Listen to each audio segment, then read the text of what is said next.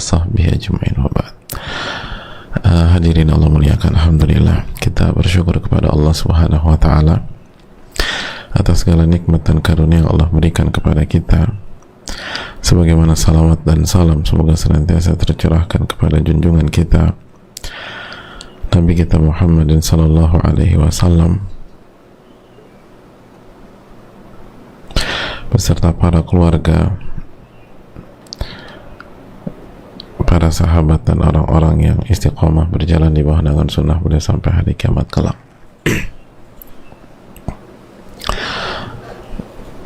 Hadirin Allah muliakan, sekali lagi marilah kita bersyukur kepada Allah Jalla wa'ala atas segala kenikmatan dan karunia yang tidak henti-hentinya Allah berikan dan Allah limpahkan kepada kita. Nggak ada satupun derap langkah kecuali di sana ada nikmat Allah. Sebagaimana tidak ada hembusan nafas kecuali di sana ada nikmat Allah. Maka bersyukurlah dan bersyukurlah.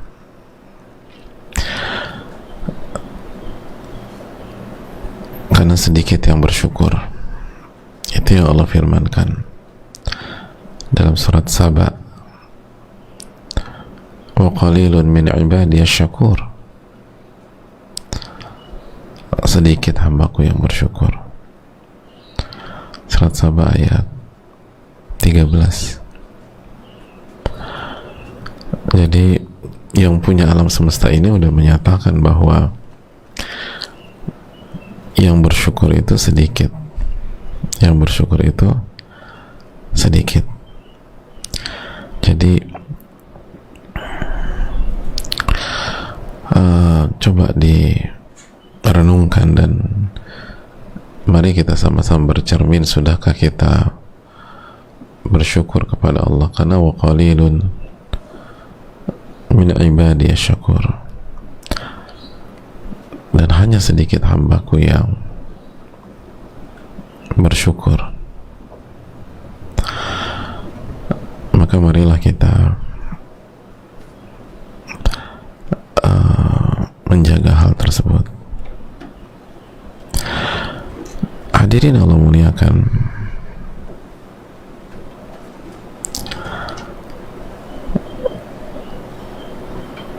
dan salah satu cara bersyukur adalah dengan mengisi waktu dengan mencari ilmu yang bermanfaat.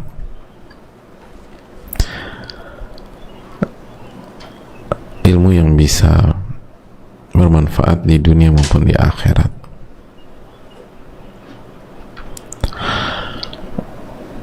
Ilmu yang memberikan kebahagiaan kita sekali lagi di dunia maupun di akhirat. Dan itulah ilmu agama atau ilmu yang bersumber dari Al-Quranul Karim dan Sunnah Nabi Sallallahu Alaihi Wasallam yang dijelaskan oleh para ulama kita mulai dari sahabat, tabi'in, dan tabi'ut tabi'in.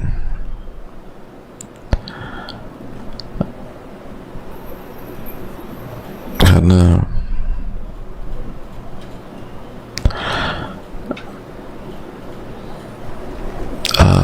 yang menciptakan kita, hadirin, itu yang paling tahu bagaimana membuat kita bahagia, bagaimana hati kita tenang,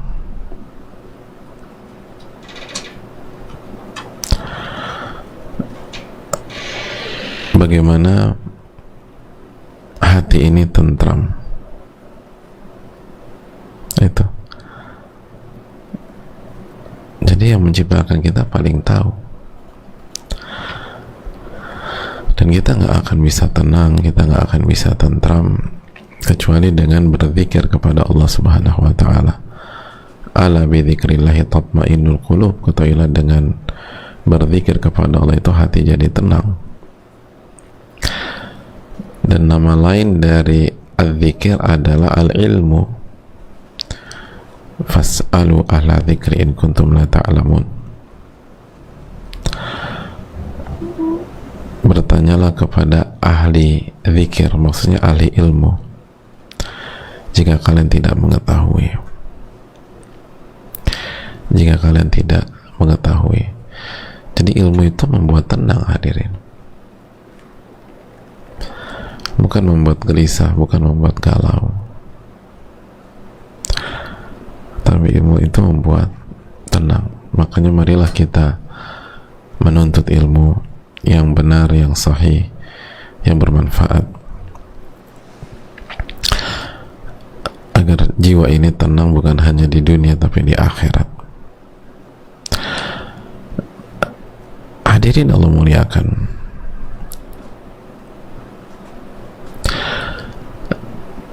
lalu jaga syahadatin kita, jaga iman kita, tauhid kita, jaga semangat kita mengikuti Nabi SAW, dan perbanyak salawat dan salam kepada Rasulullah SAW.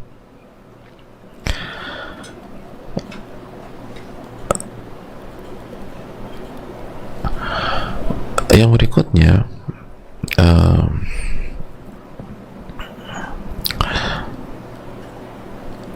kita akan kembali bersama Al-Imam An-Nawawi rahimahullah dalam kitab Riyadhus Shalihin, dan kita akan masuk ke ayat yang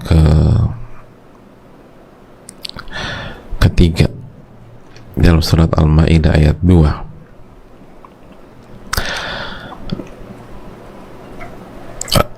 Al-Imam An-Nawawi rahimahullah, semoga Allah merahmati beliau, orang tua dan seluruh kaum muslimin, beliau menyampaikan waqala ta'ala, dan Allah berfirman, wa ta'awanu 'alal birri wat taqwa. Beliau menyampaikan penggalan surat Al-Maidah ayat 2. Sebagaimana kita ketahui ayat 2 itu cukup panjang. Nah, kita masuk ke penggalannya saja. Wa ta'awanu 'alal birri wat taqwa wa la ta'awanu 'alal itsmi wal udwan. Dan saling tolong menolonglah kalian dalam kebaikan dan ketakwaan,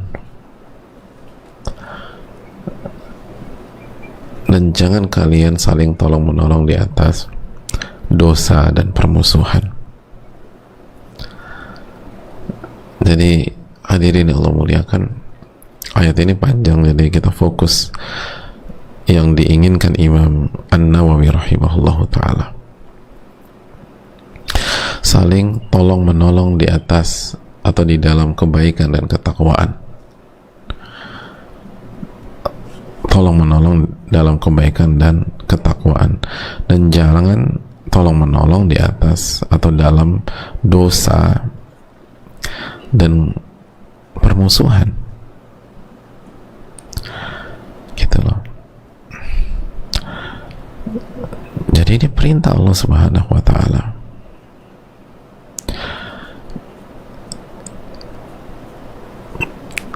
Saling tolong menolong dalam kebaikan dan ketakwaan. Itu poinnya. Hadirin Allah muliakan, pesan yang jelas, clear kepada kita semua bahwa kita diperintahkan untuk saling support, saling bantu, saling menolong,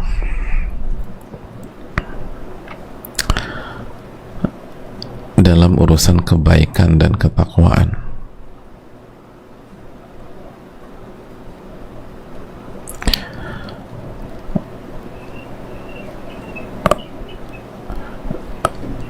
Kalau kita lihat dalam buku-buku tafsir seperti tafsir Ibnu Katsir misalnya, kita akan mendapatkan keterangan yang juga lugas. Ya'muru ta'ala ibadahu al-mu'minin bil mu'awana ala fi'lil khairat. Allah perintahkan hamba-hamba yang beriman untuk saling tolong menolong dalam kebaikan. Wa huwal bir, dan itulah albir, dan dalam meninggalkan kemungkaran, dan itulah ketakwaan. Jadi pada dasarnya albir dan takwa itu maknanya sama, sinonim. Tapi kalau disebutkan bersamaan, sebagian ulama seperti Ibnu Katsir menjelaskan bahwa albir itu lebih mengarah pada mengerjakan kebaikan, dan at-taqwa lebih mengarah pada meninggalkan kemungkaran, gitu loh. Tapi pada dasarnya sih dua kata ini memiliki makna yang sama.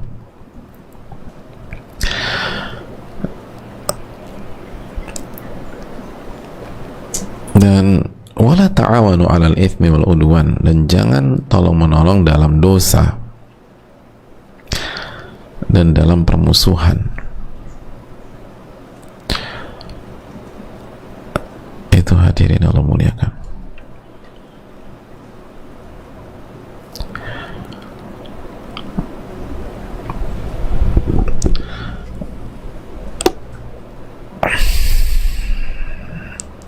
Dan ini harus jadi prinsip kita dengan segala keterbatasan dan kekurangan kita. Tapi kita harus upayakan saling tolong menolong dalam kebaikan. Dan hadirin Allah muliakan, korelasi dengan bab ini adalah bahwa mengajak kepada kebaikan atau berdakwah, amar ma'ruf nahi mungkar, itu semuanya pada prinsipnya upaya saling tolong menolong. Jadi mengajak, berdakwah, terus menyeru, ya, amar ma'ruf nahi mungkar, itu dalam rangka saling tolong menolong.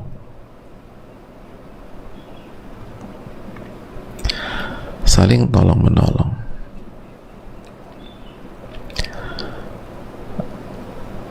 Saling mengkoreksi gitu loh jika ada yang salah.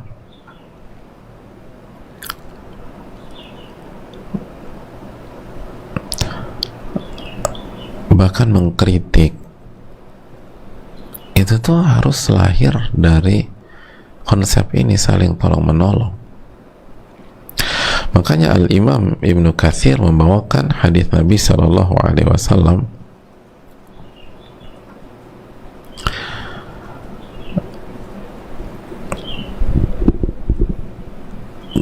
dari Anas, yaitu ketika Nabi menyatakan unsur akhaka zaliman aw madluma, tolonglah saudaramu yang zalim atau yang terzolimi, yang zalim atau yang terzolimi. Qila ya Rasulullah, maka ada yang bertanya kepada Rasulullah SAW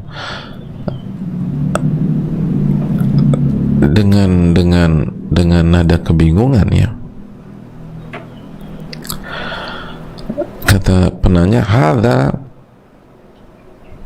nasartuhu madluma fa kaifa ansuruhu idza kana zalima.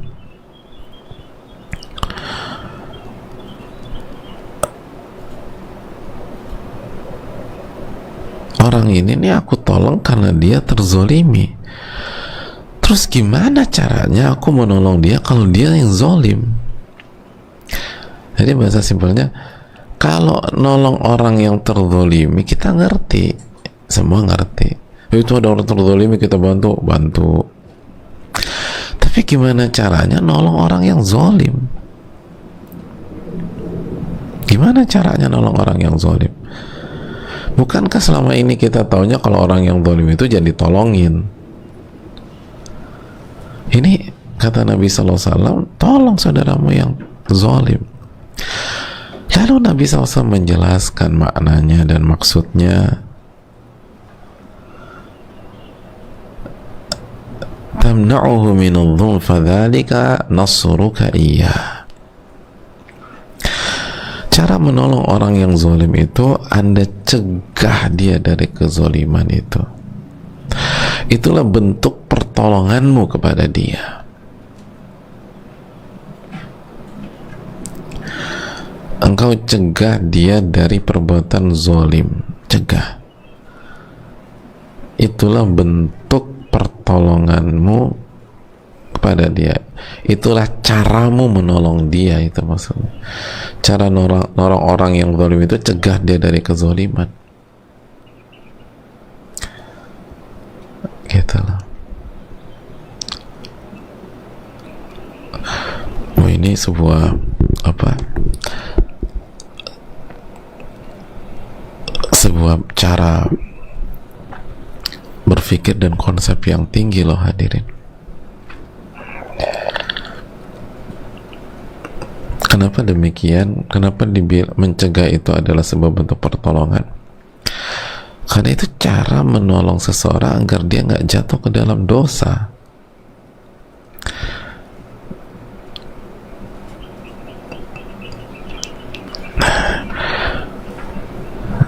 Cara nolong seseorang agar dia tidak bermaksiat. Yang apabila dia berdosa dan bermaksiat, dia akan hancur di dunia dan di akhirat. Atau dia akan kena imbasnya di dunia dan di akhirat. Dia akan terkena masalah di dunia dan di akhirat. Dia akan terkena dampak negatif dari dosa itu di dunia dan di akhirat. Maka agar dia tidak terkena dampak dari maksiat tersebut, gak kena dosa, gak kena bencana, gak kena murka Allah, gak kena, itu dengan cara kita cegah. Berarti itu bentuk pertolongan dan bentuk menolong orang tersebut.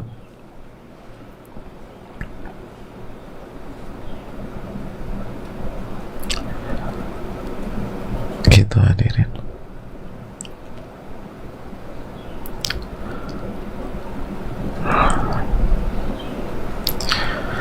Jadi mencegah orang berdosa itu bentuk dan cara kita menolong dia.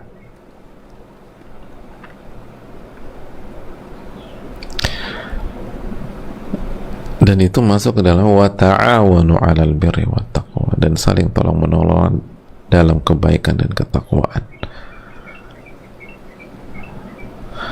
Dan jangan saling menolong dalam dosa dan permusuhan.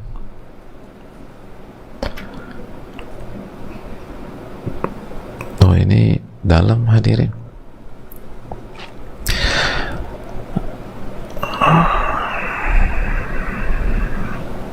Ini sangat-sangat dalam.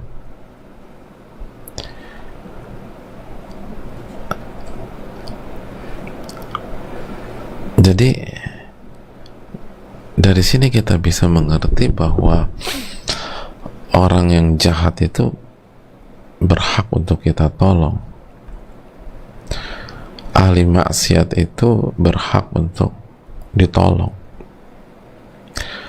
Pendosa itu berhak untuk ditolong. Orang-orang yang beriman, hamba-hamba Allah itu diperintahkan oleh Allah untuk menolong mereka sesuai dengan kapasitas masing-masing, sesuai dengan kemampuan masing-masing, dan sesuai dengan keterbatasan masing-masing. Tapi harus tolong, gitu loh.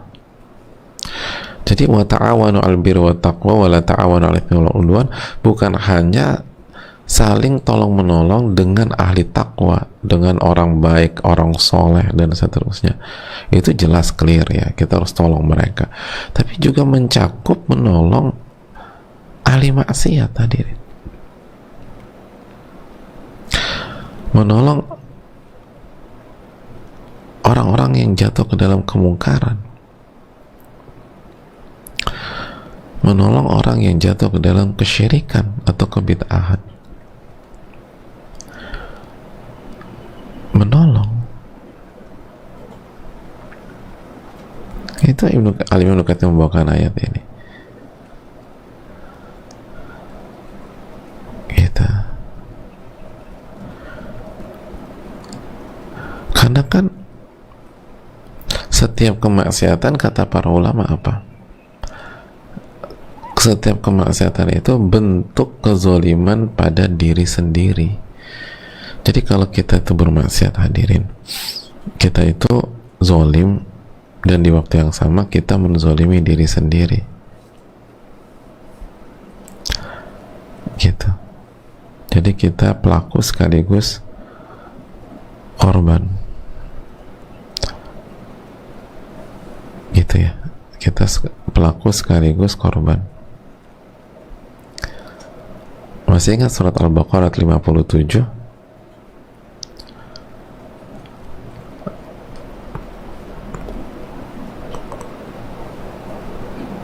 Al-Baqarah 57 di akhir ayatnya ketika Allah mengatakan wa ma zalamuna walakin kanu anfusahum yadhlimun. Mereka itu nggak pernah zolimin kami, kata Allah. Mereka itu nggak pernah zolimin kami, namun mereka atau yang mereka zolimi adalah diri mereka sendiri. Itu. Jadi ketika mereka bermaksiat segala macam, kufur nikmat,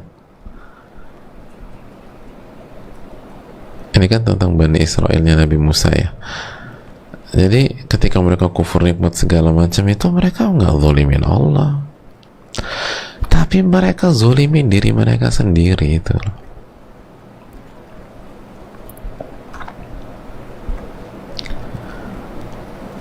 Itu jadi terapkan orang itu tadi, ketika orang minum minuman yang haram, minuman keras, terus mabok, emangnya dia zolimin Allah? Enggak, dia zolimin diri dia sendiri. Gitu lah. Badannya rusak, kenapa dengan apa, dengan minuman-minum kayak gitu, rusak kan badan. Terus melakukan tindakan yang dia nggak sadari dan merugikan dia. Habis pulang dari tempat tersebut, nyetir mobil, nabrak tuh, zalimin diri sendiri.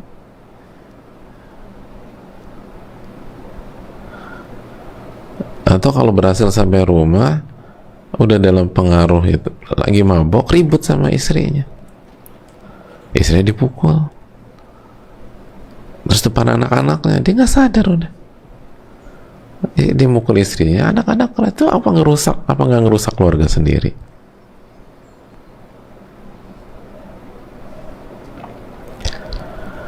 Makanya harus ditolong, hadirin, itu maksudnya, tolonglah gitu. Orang yang jatuh ke dalam maksiat, jatuh dalam kemungkaran atau kerancuan berpikir, itu nggak akan tenang hidupnya. Maka tolong gitu loh.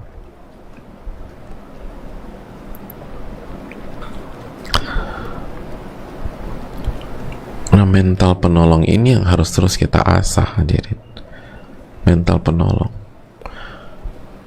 Jadi orang yang ada berdakwah atau menjadi bagian di dunia dakwah itu harus punya mental penolong.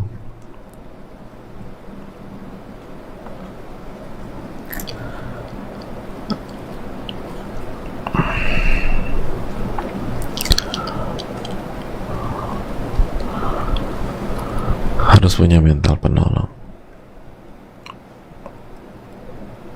Makanya kan level para nabi dan rasul itu, kalau ada pihak yang melakukan hal yang tidak pantas dengan mereka, tidak tepat terhadap mereka, atau memaksiati perintah mereka, itu kan bukan hanya sampai pada level memaafkan, tetapi memohonkan ampun.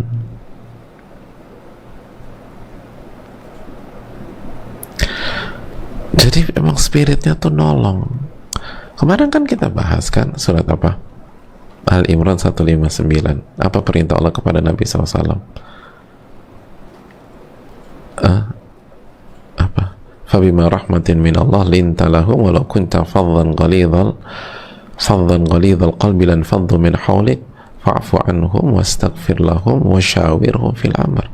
Maafkan mereka dan mohonkan ampun untuk mereka. Mohonkan ampun, menolong kan. Udah gue tolongin lo deh, gue bicara sama bos biar bos maafin lo, ya kan. Makasih banyak ya bro ya, lo memang temen gue, lo udah nolong gue nih, gitu kan. Gitu, ini orang buat kesalahan fatal sama bos kita, udah lo tenang aja, gue bilang sama bos nanti biar bos ampunin lo, bos maafin lo. Maaf, makasih ya udah, kita nolong. Makanya kan Nabi SAW mengatakan tuh, para nabi itu ketika terluka kan doanya apa? Allahumma gfir li qaumi fa innahum la ya'lamun. Ya Allah, maafkanlah kaumku, bisa jadi mereka nggak tahu. Jadi mereka tuh udah sampai pada titik tuh DNA menolong tuh sudah menjadi darah daging, gitu loh. DNA menolong tuh sudah menjadi darah daging ya. Padahal yang dizolimi mereka sendiri, gitu loh. Hebat ya, mereka tuh sampai pada titik gimana caranya menolong orang yang zolimin saya, gitu. Gimana sih? Ya Allah, susah banget.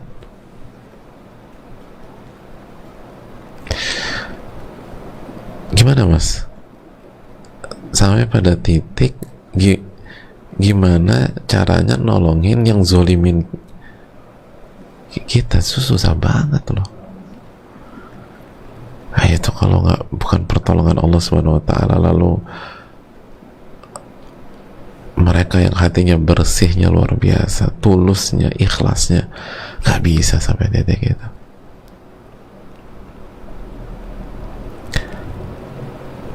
Gitu loh. Kalau kita udah sampai titik mana? Kita baru sampai titik lupa berbuat baik sama orang yang baik sama kita, itu. Jadi kalau mereka udah sampai titik gimana cara nolong orang yang zalim sama mereka, kita ini baru sampai titik lupa balas budi sama orang yang baik sama kita, lupa bersyukur sama orang yang baik sama kita. Ya gimana sampai titik sana?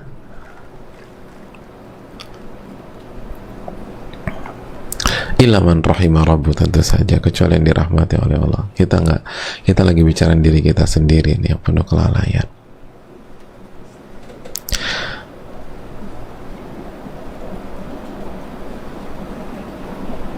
Jadi mereka tuh di level itu, karena makanya kan kita udah bilang dunia dakwah memang dunianya orang-orang terbaik di dunia, itu masalah. Makanya nggak heran tadi,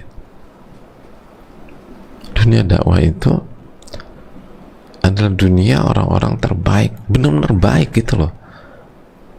Bukan hanya baik dari sisi apa namanya,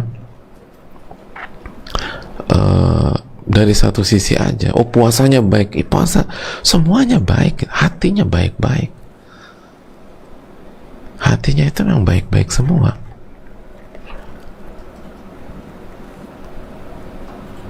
Makanya spiritnya itu menolong.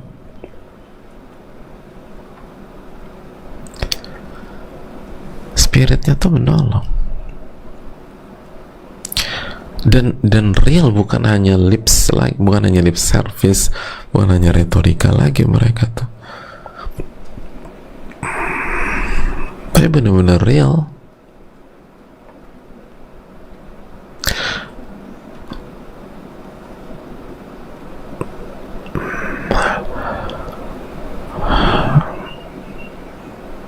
Lihat kan upaya Nabi Nuh dalam menolong anaknya. Bayangkan, anaknya durhaka, Bukan 1-2 hari kan anaknya durhaka tuh, sampai pada titik terakhir gitu loh, diajak naik terus ke bahtera. Gak ada katanya lu baru mikir kan lu sekarang, nggak bilang gitu. Kadang-kadang kita orang tua kan kayak gitu, makanya biar ngerti itu anak, enggak, diajak terus.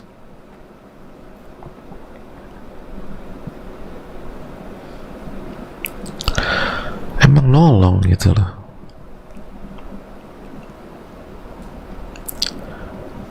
Gimana Nabi Ibrahim bicara dengan ayahnya, bagaimana Nabi Yakub memaafkan anak-anaknya yang telah melakukan tindakan yang tidak pantas kepada Yusuf kecil gitu kan.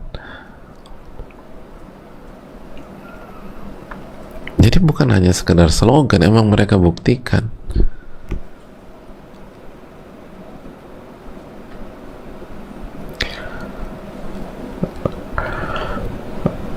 Nah itu tuh PR besar kita semua, hadirin. Kita semua, apalagi yang bicara, semua kita harus merangkak naik ke level mendekati itulah, atau gimana caranya bisa sampai titik itu. Menolong yang udah zolim, bukan hanya sama yang lain, tapi mungkin sama kita juga. Menolong, bukan sekedar memaafkan, menolong. Unsur akhaka zaliman aw madluma. Itu kalau hati nggak bersih nggak bisa.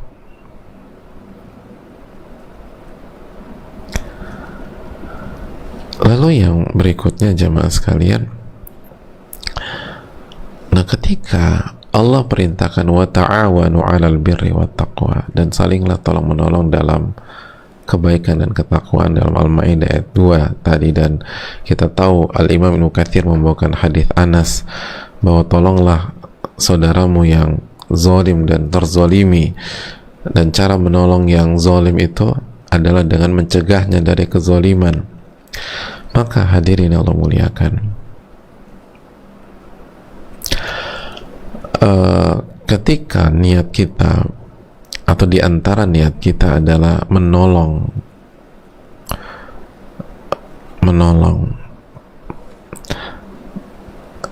orang yang zalim, orang yang maksiat, orang yang melakukan kemungkaran, orang yang melakukan dosa, orang yang melakukan kesyirikan atau kebid'ahan, maka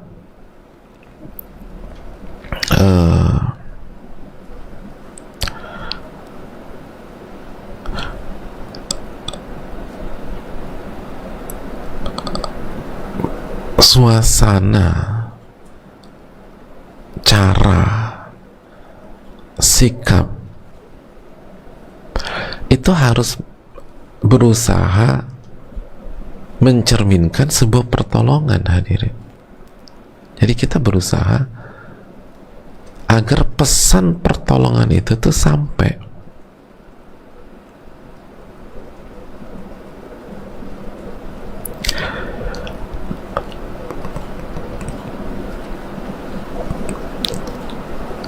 Jadi pesan pertolongan itu dan suasana atau atmosfer pertolongan itu terasa gitu loh.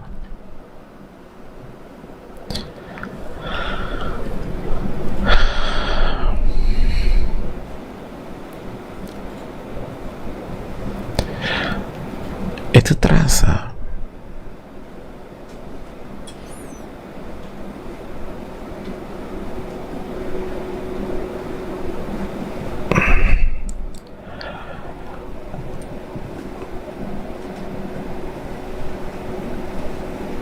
Jadi hadirin Allah muliakan,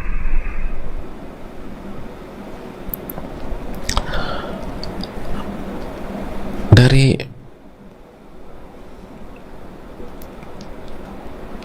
kata yang digunakan, kalimat yang digunakan, atau kata yang dipilih, kalimat yang digunakan,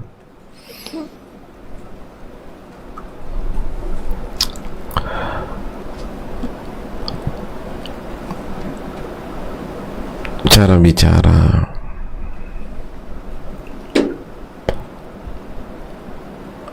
tadi lebih mengedepankan kelemah lembutan, kecuali dalam 1-2 kasus. Sebagaimana kita kan ada kalanya kita pakai cara selain apa atau lawan dari kelemah lembutan, tetapi jika itu lebih efektif dan itu bukan hukum asal, itu jika kondisi mengarah ke sana dan lebih efektif, lebih maslahat. Kalau enggak, lemah lembut itu tadi, karena suasana pertolongan itu harus dapat, hadirin. Kan mau nolong,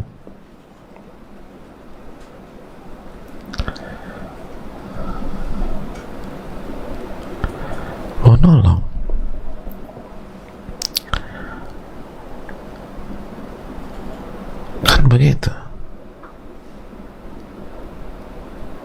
Coba lihat surat Maryam ayat 45,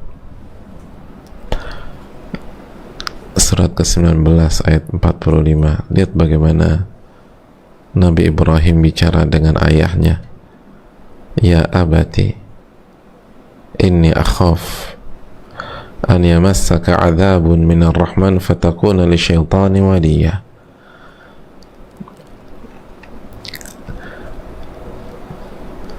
Enak gak sih kita dengar kalimat kayak begini nih? Lihat bagaimana cara Nabi Ibrahim memanggil ayahnya. Ya abati. Abati itu sebuah panggilan. Abati, oh bukan abi ya Pak Ustadz ya. Lihat abati, sebuah abi ya bisa, ya abi, ya walidi, tapi abati itu lebih hangat, lebih dekat, hadirin. Ini akhafu an yamassaka adzabu minar rahman. Aku khawatir engkau akan ditimpa adab. Dan lihat nama yang Nabi Ibrahim pilih itu nama Allah yang mana? Allah punya banyak nama, dan yang Nabi Ibrahim pilih untuk pada saat berbicara dengan ayahnya itu nama Allah yang mana? Ar-Rahman. Padahal lagi bicara adab nih, karena lagi bicara sama orang tua. Gimana pakai bahasa yang seini mungkin? Fatakuna li syaitani waliya. Akhirnya engkau jadi walinya syaitan.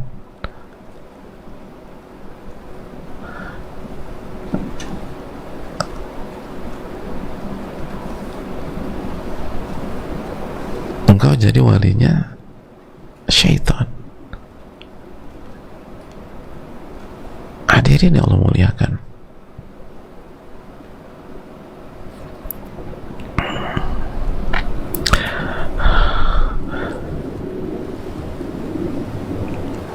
kan luar biasa ya.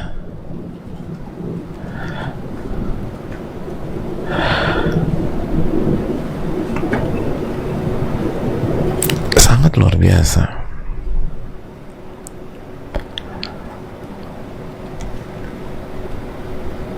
Dan suasana atau atmosfer pertolongan tuh jelas gitu loh, hadirin.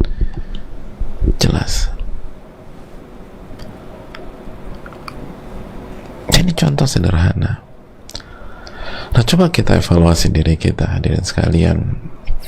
Bukan ketika kita menyampaikan lalu ditolak, atau pada saat kita berdakwah ditolak, mungkin atmosfer ini nggak ada kali dalam apa yang kita sampaikan. Spirit ini tuh nggak terlihat. Justru yang terlihat kita jatuhin dia, kita permalukan dia, kita bodoh-bodohin dia. Nah, orang nggak terima. Padahal itu benar gitu loh. Saya kasih analogi sederhana, hadirin sekalian. Coba kita renungkan deh. Apabila ada seseorang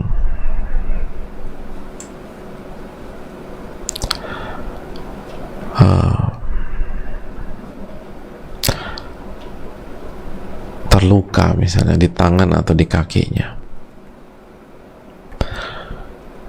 dan qadar wa syafa'al, itu orang tersebut punya gula yang sangat tinggi, gula, kena luka, hasilnya apa hadirin? Oh, itu berat tuh hadirin. Akhirnya yang kalau orang normal pemulihannya insya Allah cepat, ini panjang dan memburuk, dan akhirnya kakinya membusuk. Lalu kata dokternya, mohon maaf Pak, mohon maaf Bu, kita harus memotong kaki tersebut. Kaki Bapak harus dipotong, kaki Ibu harus dipotong. Akhirnya disetujui, hari H tindakan, dipotong. Lalu begitu sadar, dokternya visit, terus kata dokternya, alhamdulillah tindakan berhasil. Lalu di situ ada pasiennya, ada anak-anaknya, terus semua mengatakan, terima kasih ya dok, terima kasih ya dok. Pernah nggak ketemu kasus begitu? Banyak banget jamaah, banyak. Itu pernah nggak sih kita renungkan? Ini dokter motong kaki orang, tapi alih-alih digebukin sama keluarganya, justru dibilang terima kasih. Motong kaki gitu loh, motong kaki orang.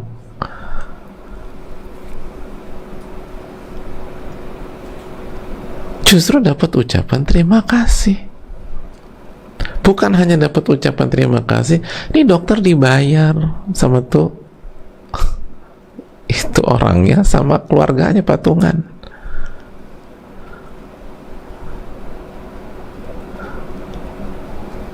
Arti tindakan berhasil apa sih? Salah satu maknanya, salah satu makna ya, kaki Anda berhasil saya potong. Makasih banyak dok ya, lo makasih itu loh.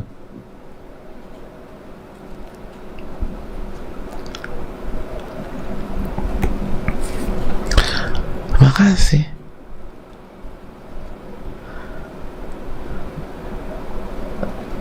Orang yang sama, bapak ini sebelum kakinya luka ke pasar. Di pasar ada yang dorong tubuhnya, dorong. Marah nih bapak. Ada apa-apaan nih dorong saya? Dorong. Besoknya ke pasar lagi, ada yang sengaja nginjek jempol kakinya, ngamuk bapak ini juga. Nah ini kan menarik hadirin. Pas didorong dia marah, pas jempolnya diinjak dia marah juga. Pas kakinya dipotong bilang terima kasih. Nah ini kan misteri, bener nggak mas? Ngangguk aja lagi antum. Ini harusnya kan kalau didorong aja bapak ini ngomel-ngomel, jempolnya diinjak bapak ini ngomel-ngomel, harusnya ketika kakinya dipotong selesai tuh dokter atau riwayatnya tamat udah. Tapi kok bisa berubah begitu? Padahal yang lebih menyakitkan yang mana? Yang lebih menyakitkan tuh yang mana hadirin? Ya dipotong kakinya lebih menyakitkan. Tapi kenapa justru diucapkan terima kasih? Jawabannya adalah salah satunya karena misi Pak Dokter adalah menolong.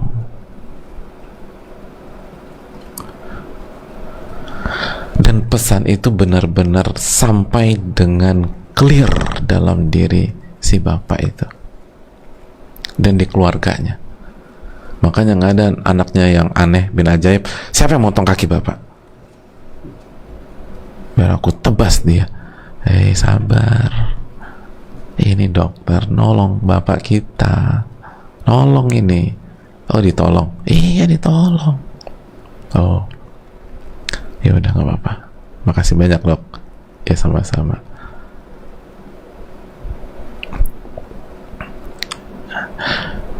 Nah kok kenapa pas jempolnya diinjak marah? Karena Suasananya bukan suasana pertolongan, atmosfernya bukan pertolongan, atmosfernya menyakiti, menzolimi, amarah orang. Bersikap tidak sopan, didorong, marah. Bapak-bapak didorong. Tapi ketika pesan dan spirit dan suasana yang dibangun adalah pertolongan,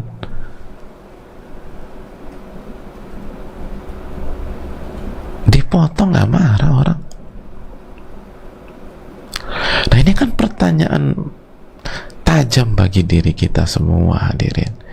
Nah, ketika kita menyampaikan, ketika kita mengajak siapapun itu,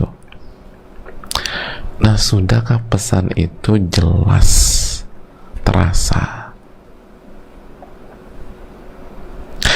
Sehingga walaupun yang dikasih pil yang sangat pahit sekalipun, orang itu akan mengucapkan jazakumullah khairan.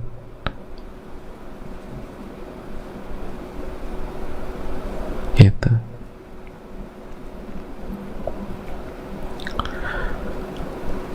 Nah, kita seringkali dikasih yang pahit, ribut. Nah, ini kita harus evaluasi diri sebelum menyalahkan orang lain. Evaluasi diri aja dulu. Emang ada pasien ribut sama dokternya karena dikasih pil yang rasanya pahit? Setahu saya kan pengalaman saya terbatas banget ya, belum tahu ya saya. Yang nggak mau minum ada, tapi yang ngamuk-ngamuk, dok ini kok pahit banget, gue nggak terima dok, ini bayar mahal nih, 700.000 nih obat nih. Harusnya kan yang rasa strawberry kayak gitu. Kalau era 90-an rasa apa? Rasa kopior dok gitu. Kalau anak-anak kekinian, ini harusnya kan kopi latte gitu loh. Ini latte nih, harus mahal nih. Gue beli mahal di apotek. Kenapa rasanya pahit begini? Nggak ada yang begitu.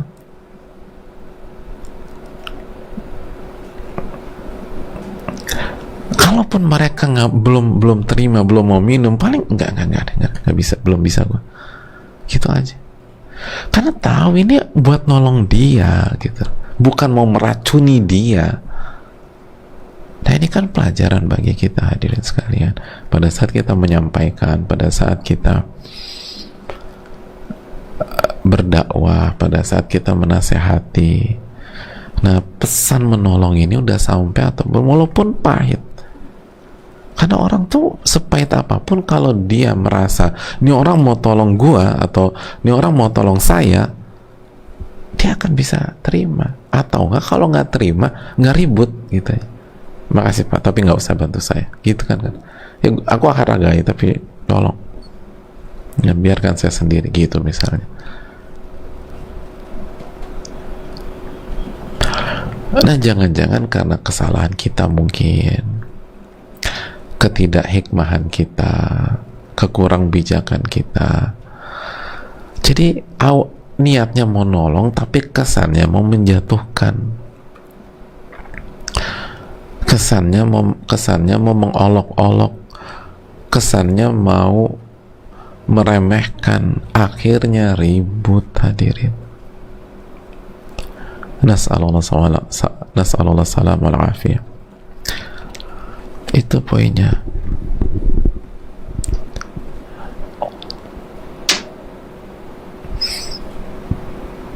Jadi mengajak kepada kebaikan itu semangatnya harus semangat pertolongan. Semangatnya harus semangat pertolongan.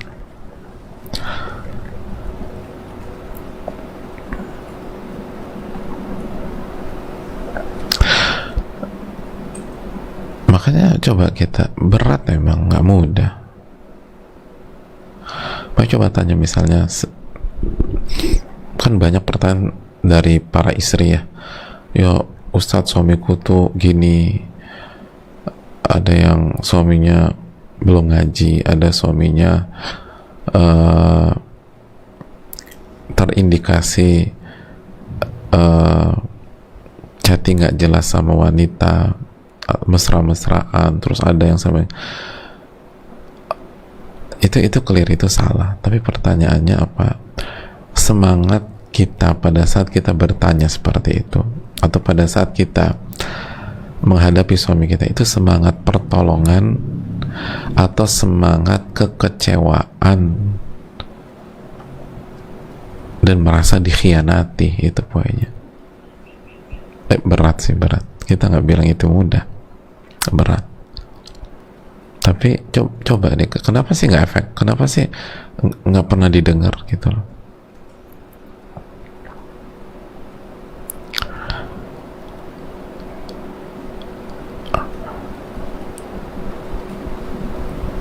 Jangan-jangan pesannya nggak sampai, kita salah niat juga. Ya dia salah, kita juga salah gitu loh. Jadi udah nggak akan ketemu jalan keluar. Dia suami kita salah, kita juga salah. Atau sebaliknya, misalnya ketika kita punya istri yang belum sesuai dengan harapan kita kasih masukan, dibantah sama dia, dijawab. Nah, pada saat kita nasihati istri kita itu semangatnya apa? Semangat nolong dia atau karena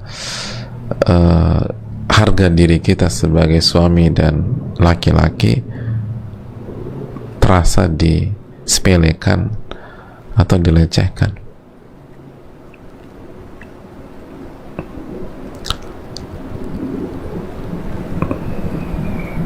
Itu kan beda ya. Memang nggak mudah, jelas nggak mudah. Nggak ada yang memudahkan masalah ini tuh. Ini level-level tinggi, hadirin. Tapi begitulah Allah dan Rasulnya mendidik kita untuk terus mencoba naik ke level yang lebih baik,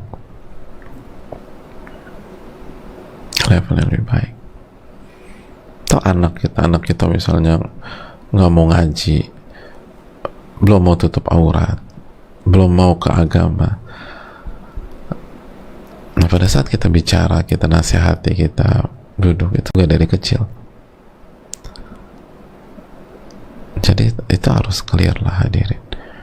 Jadi semangat menolong ini penting, karena niat menolong inilah yang akan merubah semuanya, akan merubah diksi, merubah kalimat, merubah intonasi, merubah segala macam. Makanya innamal a'malu binniyat, amal itu tergantung niat. Dalam, hadir, memang dalam.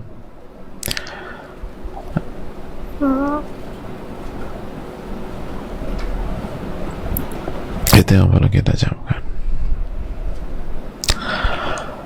Saya rasa cukup sampai di sini. Semoga bermanfaat. Dan besok tanggal 9 Al-Muharram ya, insyaallah ta'ala. Dan jangan lupa Nabi SAW itu kan bersabda, فَإِذَا كَانَ الْعَامُ الْمُقْبِلِ insyaallah sumna al-yawma tasi'. Kata Nabi SAW, kalau kita bertemu tahun depan, maka kita akan berpuasa tanggal 9 Al-Muharram. Falam ya'til 'amul muqbil hatta tufi Rasulullah SAW. Ternyata belum sampai tahun depan Nabi sudah wafat sallallahu alaihi wasallam. Jadi hadirin, Nabi itu ingin berpuasa tanggal 9 Muharram, tapi beliau wafat sebelum tanggal tersebut tahun depannya. Maka inilah momentum bagi kita umat beliau untuk mewujudkan harapan beliau, cita-cita beliau yang ingin berpuasa tanggal 9 Al-Muharram, tapi beliau keburu wafat sallallahu alaihi wasallam. Jadi barang siapa yang punya kemampuan, kondisinya oke, dan nggak ada masalah, maka hendaknya dia menjalankan sunnah Nabi SAW tersebut. Dan ini penting karena beliau ingin berpuasa, tapi beliau wafat sebelum Al-Muharram tahun berikutnya. Semoga kita diberikan taufik untuk berpuasa esok hari. Subhanakallahumma wa bihamdika, la ilaha illa anta, Astaghfiruka wa atubu ilaik. Assalamualaikum warahmatullahi wabarakatuh.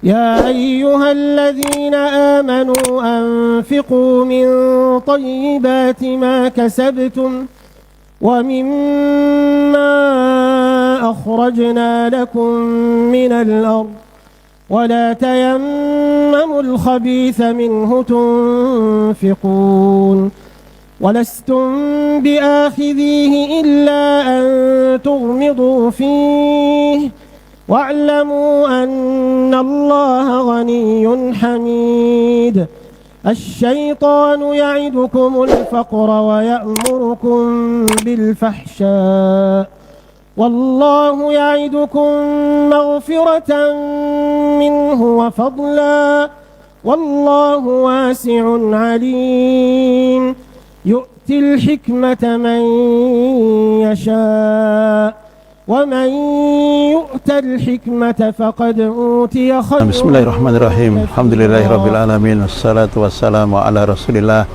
Muhammadin wa ala alihi wa sahbihi wa mawala wa ba'd. Hari ini saya berkesempatan berkunjung ke Pasaman, dan siang ini kita bisa mengunjungi televisi Najia. Masya Allah Ta'ala, televisi ini sudah banyak memberikan manfaat kepada Islam dan kaum muslimin yang ada di Pasaman secara khusus dan wilayah-wilayah sekitarnya secara umum, karena televisi ini sudah pakai satelit sehingga bukan hanya mereka di Sumatera yang bisa menikmatinya, bahkan di luarnya mereka juga bisa menikmatinya. Ada hal yang penting kita sampaikan kepada para pemirsa. Ternyata untuk operasional kegiatan televisi ini tidak kurang 45 juta harus mereka keluarkan setiap bulan, dan donasi yang terkumpul tidak lebih dari 15 juta. Maka saya mengetuk kepada para pemirsa Najia TV dan yang lainnya untuk bisa menemani donasinya kepada televisi ini sehingga kegiatan yang mereka laksanakan bertambah lebih lancar di hari-hari mendatang insyaallah ta'ala. Demikian sedikit yang bisa kita sampaikan. Wassalamualaikum warahmatullahi wabarakatuh.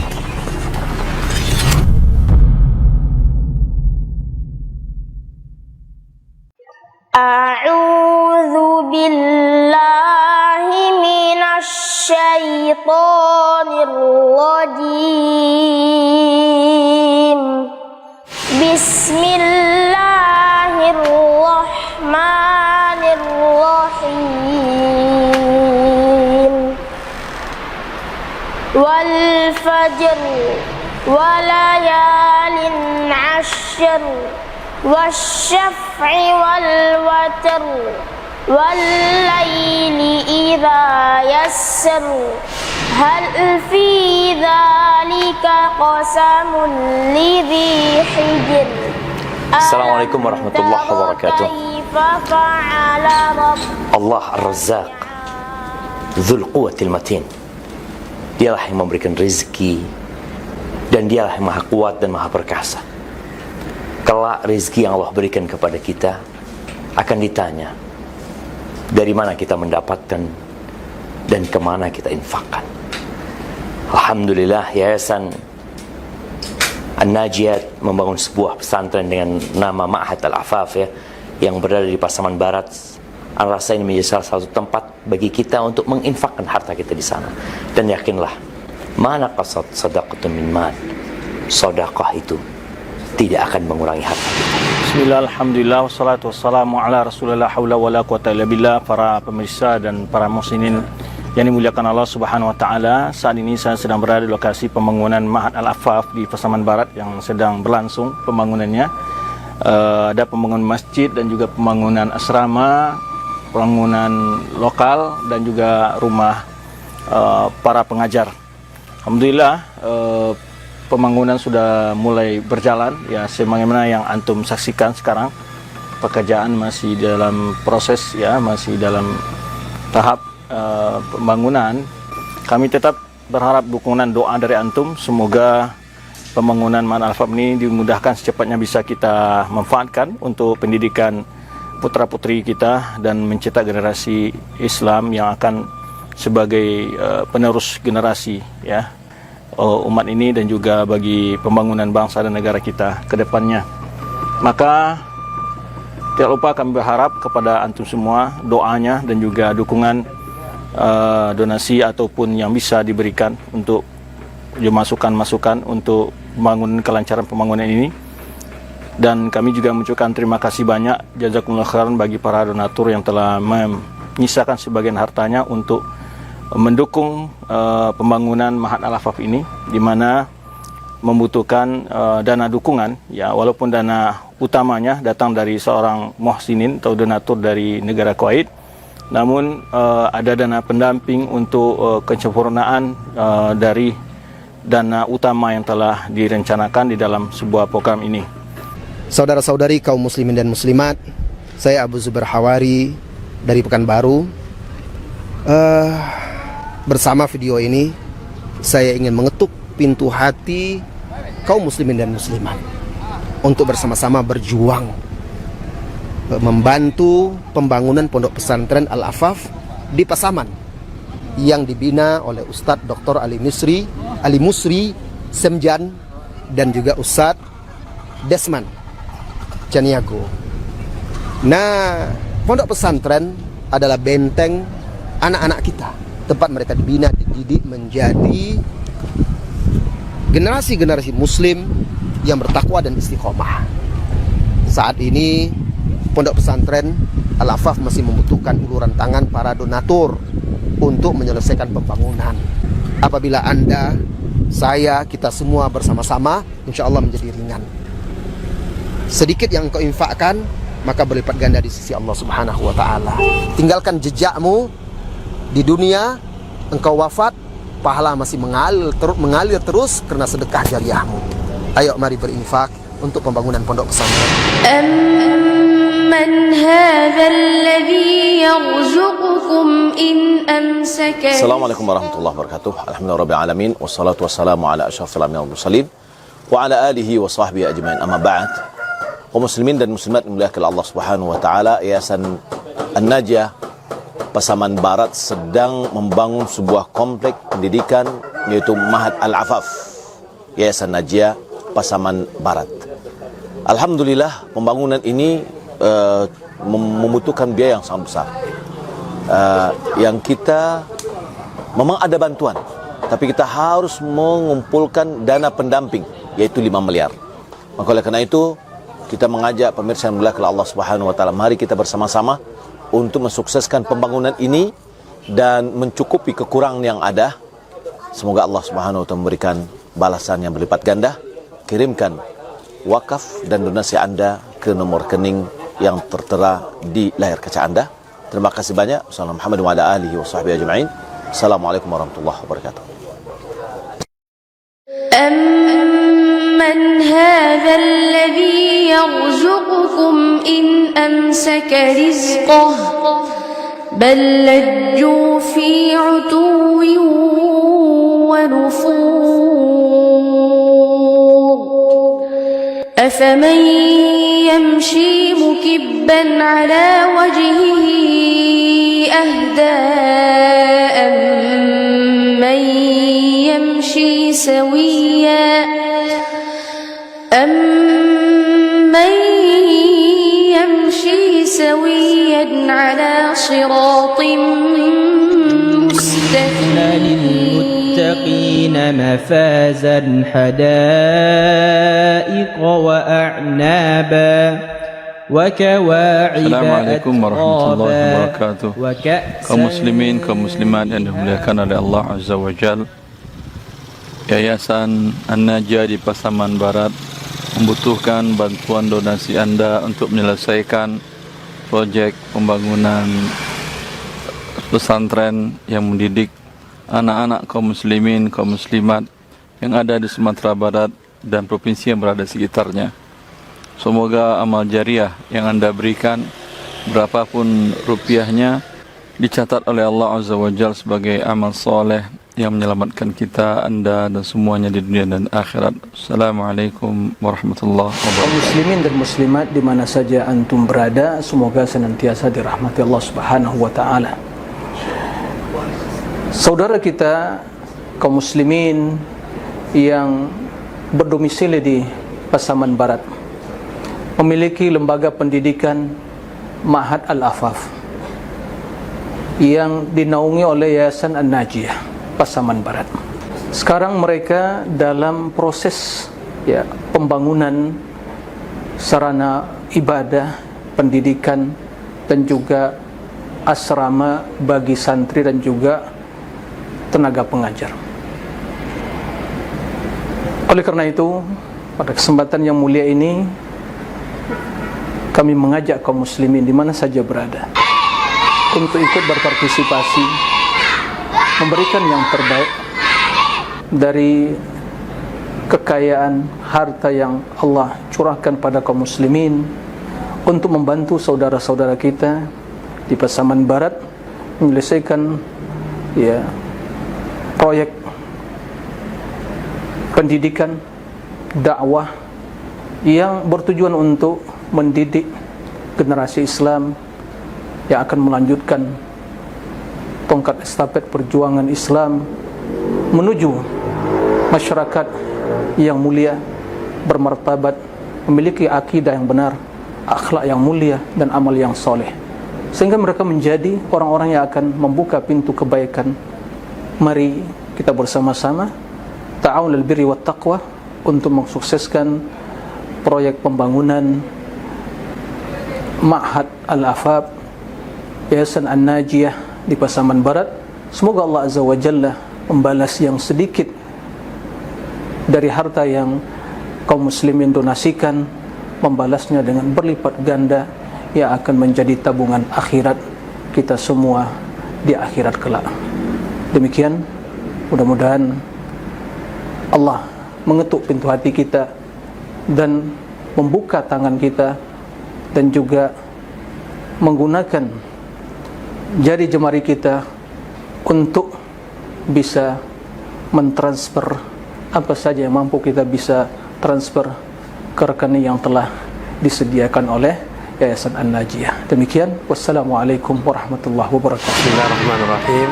Assalamualaikum warahmatullahi wabarakatuh. Alhamdulillah Rabbil Alamin, wassalatu wassalamu ala ashrafil anbiya'i wal mursalin, nabiyyina wa rasulina Muhammadin wa ala alihi wa ashabihi wa man tabi'ahum bi ihsanin ila yaumiddin. Saudara-saudari kaum muslimin, kaum muslimat dimanapun berada, yang semoga senantiasa dirahmati dan dimuliakan oleh Allah Subhanahu wa taala. Kita hidup di dunia dalam proses perjuangan dengan segala yang kita miliki, dengan tenaga, dengan waktu, dengan harta. Dan dengan harta, Al-Quran banyak berbicara, menganjurkan, mendorong kita untuk menyediakan harta kita, mempergunakan harta kita, walau seminimal berapapun kita punya. Kita diperintah oleh Nabi SAW untuk menjauh dari neraka. Kata Nabi, fattaqun nar walau bisyikki tamrah. Takutlah neraka walau hanya dengan sebelah dari satu butir kurma yang kamu punya. Sementara di sini saudara-saudara kita di Pasaman Barat ada sebuah pondok pesantren Al-Afaf di bawah Yayasan An-Najiyah, sedang proses pembangunan yang luar biasa yang nanti akan berkumpul di sana generasi muda kaum muslimin untuk belajar agama, untuk mengenali Allah, mengenali agama Islam, mengenali nabinya, kemudian mereka mengajarkan kepada yang lainnya. Dan sangat menarik bagi orang yang beriman untuk menyisihkan hartanya sementara mereka membutuhkan bantuan dari kaum muslimin.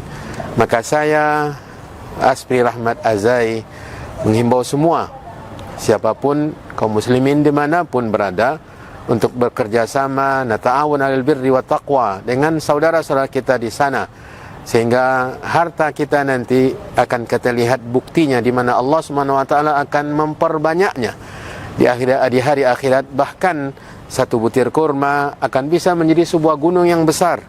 Maka mari, jangan ditunggu lagi, kesempatan untuk kita berbagi, nata'awan al-birri wa taqwa. Semoga Allah Subhanahu wa taala menerima amal ibadah kita, dan semoga Allah mengikat antara kita dengan jalan-jalan yang seperti ini dalam iman dan taqwa. Waffaqani Allahu wa iyyakum lima fihi ridha. Wa sallallahu wa sallam wa baraka wa an'am ala nabiyyina wa rasulina Muhammad wa ala alihi wa ashabihi wa man tabi'ahum bi ihsanin ila yaumiddin. Wassalamu alaikum warahmatullahi wabarakatuh. Bismillahirrahmanirrahim. Alhamdulillah wassalatu wassalamu ala Rasulillah wa ala alihi wa sahbihi wa man wala, wala haula wala quwwata illa billah, amma ba'd. Kaum muslimin dan muslimat rahimana wa rahimakumullah. Allah Azza wa Jalla berfirman, "Wa man ahsanu qawlan mimman da'a ila Allah wa 'amila salihan wa qala innani minal muslimin." Siapa yang lebih baik perkataannya dari orang yang mengatakan bahwa aku beriman kepada Allah, kemudian mengajak kepada jalan Allah Subhanahu wa taala dan mengatakan aku termasuk orang yang berserah diri. Dan di antara cara dan metode terbaik untuk mendakwahkan adalah mengarahkan, mendidik anak-anak kaum muslimin untuk diajarkan agama dan juga ilmu-ilmu kepada mereka. Mereka adalah pemuda yang siap mengemban tugas dan bisa lebih baik dari generasi sebelumnya. Pesantren Al-Afaf, Yayasan An-Najiyah Pasaman Barat berkomitmen untuk merealisasikan hal itu. Kini mereka dengan beberapa tenaga pengajar dan juga dipimpin oleh Ustadz Disman dan juga Ustadz Ali Misri Semjan Putra berusaha untuk merealisasikan cita-cita tersebut. Pembangunan pesantren sudah mulai bergerak dengan beberapa partisipasi, kontribusi dari kaum muslimin, para donatur. Maka kami juga membuka kesempatan mengajak kepada kaum muslimin untuk turut serta mengambil bagian dari jatah akhirat tersebut. Semoga Allah Azza wa Jalla menjadikan harta kita semua menjadi lebih berkah, berkembang, dan bisa kita bawa menghadap Allah Subhanahu wa taala. Wallahu a'lam bissawab. Sallallahu wasallam wa baraka ala abdihi wa rasulih Muhammad wa ala alihi wa sahbihi ajma'in. Walhamdulillahi rabbil alamin. Amman hadzal ladzi yarzuqukum in amsaka rizqahu بل لجوا في عتو ونفور أفمن يمشي مكبا على وجهه أهدى أمن يمشي سويا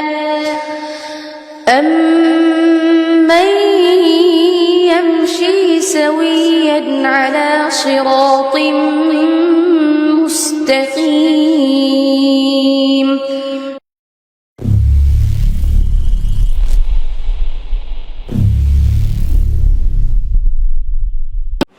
Bismillah, Assalamualaikum warahmatullahi wabarakatuh. Alhamdulillah, wassalatu wassalamu ala rasulillah. Sahabat Najiyah yang dirahmati Allah Subhanahu wa taala, ana Abu Ziyad Desman, Ketua Yayasan An-Najiyah Pasaman Barat. Sekarang tepatnya kita berada di Sembalun, Lombok Timur, Provinsi Nusa Tenggara Barat. Bahwasanya Sembalun ini adalah salah satu destinasi wisata internasional di mana kunjungan wisatawan yang sangat banyak membanjiri daerah ini, tepatnya di kaki bukit Gunung Rinjani. Di sini adalah sebuah kampung, sebuah kecamatan bernama Sembalun, sangat potensial untuk dikembangkan sebuah potensi dakwah, di mana untuk menangkis daripada budaya-budaya masuk yang dari luar, seperti pendangkalan nilai-nilai agama dan nilai kebudayaan dengan masuknya turis-turis internasional. Tentu inilah tantangan yang besar bagi kita untuk membentengi akidah, membentengi generasi muda kita. Untuk itu Yayasan Najiyah berencana untuk membangun sebuah masjid yang bernama Masjid Pemuda Al-Fatih, yang akan kita bangun tepatnya di bawah lembah ini, yaitu dengan konsep di mana nanti masjid ini kita gunakan sebagai di samping untuk tempat ibadah bagi pengunjung wisatawan, juga dengan pola sistem mulazamah, di mana di masjid ini akan kita himpun pemuda-pemuda Sembalun untuk bermulazamah, dan kita tetapkan di situ nanti imam masjid dan juga tamatan dari Madinah University dan perguruan tinggi Islam lainnya untuk memberikan pendidikan keagamaan, pendalaman nilai-nilai agama, nilai tauhid dan ibadah, agar mereka betul-betul mampu menjadi insan yang kuat dalam akidah dan memberikan pencerahan kepada masyarakat Sembalun ini pada khususnya dan masyarakat Lombok pada umumnya. Untuk itu kami mengajak pemirsa semua, mari kita bertawun alal birri. Tahap pertama ini akan kita membebaskan lahan seluas 3.000 meter dengan harga 700.000 per meternya.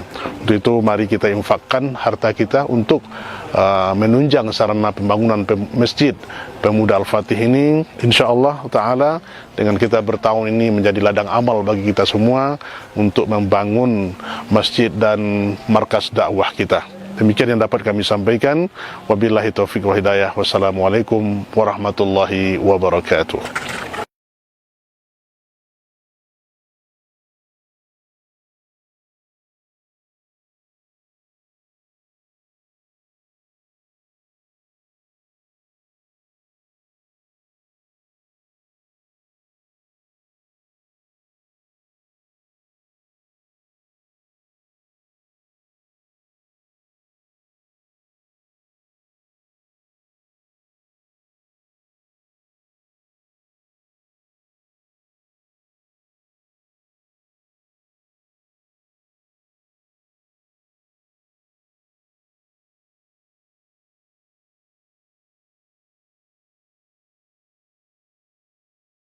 Setiap orang tua mendambakan anak yang tumbuh dengan iman, berakhlak mulia, serta memiliki ilmu yang bermanfaat. Anak yang hatinya terpaut dengan Al-Quran menjadikannya pelita dalam hidup, sekaligus bekal di dunia dan akhirat. Di SMP Tahfiz Al-Quran An-Najiyah Pasaman Barat, kami berusaha mewujudkan cita-cita itu. Di sini, para siswa dibimbing untuk mencintai, menghafal, dan mengamalkan Al-Quran. Bukan hanya sekadar bacaan di bibir, tapi juga meresap dalam hati dan tercermin dalam akhlak sehari-hari. Dengan guru-guru yang sabar dan berpengalaman, proses belajar berlangsung penuh kasih sayang, disiplin, dan keteladanan Islami. Fasilitas yang kami sediakan pun dirancang agar anak-anak dapat belajar dan tinggal dengan nyaman. Ruang kelas yang bersih dan rapi, dilengkapi meja kursi yang nyaman, serta suasana tenang yang mendukung proses belajar mengajar.